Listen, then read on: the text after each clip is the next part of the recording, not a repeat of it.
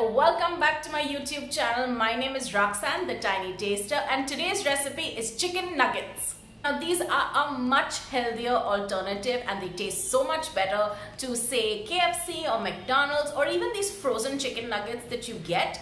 This is easier to make, it's healthier, there's less sodium, you can deep fry it, you can air fry it, you can put it in your air fryer if that makes life easier. There's no preservatives, it's homemade and really simple and delicious. I hope you enjoy this recipe. Click on the link in the description below, it'll give you the detailed recipe, though it's really easy. And of course, if you like this, as always, don't forget to give it a big fat like, subscribe to the channel, leave me a comment and let me know, did you like these nuggets or do you prefer like store-bought or the frozen one? I think you'll like these. So I hope you enjoy this, and without any further ado, let's get cooking. For this recipe, you're going to need some chicken mince. I've used store-bought ready-made minced chicken, but you could also mince your own using boneless chicken. Either works. To this, you will add in your salt, some pepper, some paprika powder, or even some chili flakes or chili powder, a little bit of mustard for an extra kick, and a little bit of baking soda to help puff it up. Just mix all the ingredients together really well. Use a spoon, use your hand, whatever it takes to get it all incorporated, and then pop this in the fridge for about 30 minutes so it firms up nicely. Once refrigerated, this is going to help you in this next step. Just oil your hands, grease them well, and then take about a spoonful or so of your chicken filling, and then you will shape this into the size of your chicken nuggets. I've gone for a sort of squarish, little almost rectangular squarish shape, and you will just keep going till you make all your nuggets. You can make them round, you could make them cylindrical. There's no hard or fast rule, but I've tried to mimic the same size of nuggets that you get from, say, a frozen packet or even what you get at McDonald's. It's not exactly the same. The chicken is a little bit sticky because, of course, if you keep it in the fridge for a longer time, it might be easier to work with, but this is good enough. And you just keep making all the nuggets till you have everything ready. Please make sure that you place all these nuggets on a baking sheet. It just helps to not stick to your plate. So any baking paper or baking sheet that you have, just pop that on a plate and then keep making all your nuggets. And once they're all ready, you'll pop this back into the refrigerator and let it sit for a minimum of half an hour, but a maximum to say 1 or even 2 hours. It'll firm up nicely and it'll be easier to manage in the next step.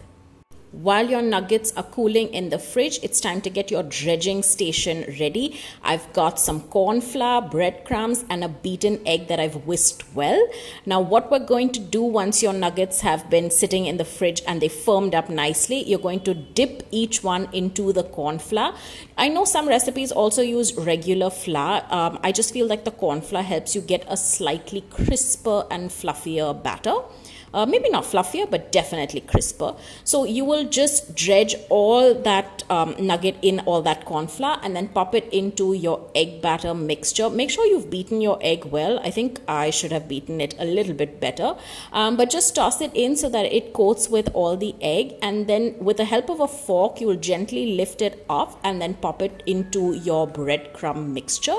And then make sure that the entire nugget is covered with all your breadcrumbs. And that's pretty much it. You've got your chicken nugget right there.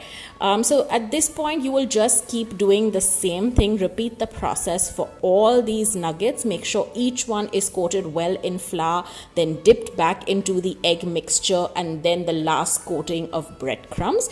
You can give this a double coat if you want. Once it's coated in breadcrumbs, you can dip it back into the flour and then back into the egg and then do another round of breadcrumbs if you want a thicker or crustier coating. But I think one round is more than enough. That's your standard normal chicken nugget.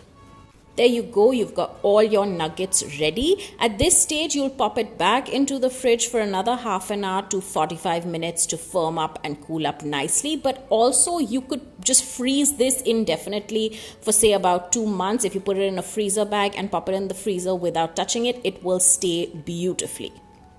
In a wok, add your oil and make sure that it heats up nicely. I heated my oil for about 5 minutes. This is crucial. It needs to be nice and hot. And then you just pop in your nuggets. Do it batch wise. I did about 3 or 4 at a time. Just pop it in one after another. You need to make sure that your oil is hot enough. It cannot be cold. It cannot be too hot either. So I would say preheat it on a low flame for about 5 minutes. That's a good amount of time. You can test it also by just popping in a little bit of breadcrumbs, and if it starts sizzling and bubbling, you'll know that the oil is hot enough. Just keep mixing this through to make sure that they don't stick to each other and that it doesn't burn as well. And then once you see it starting to get a nice light brown coating, just flip it onto the other side and make sure that it cooks again. At this temperature on the hot oil, it really cooks fast. So I'm going to say not more than 3 to 5 minutes at the very max. And then once it's done, you will just drain out all that excess oil and then pop it on a plate with some paper towels to drain the oil, and then continue with the next batch.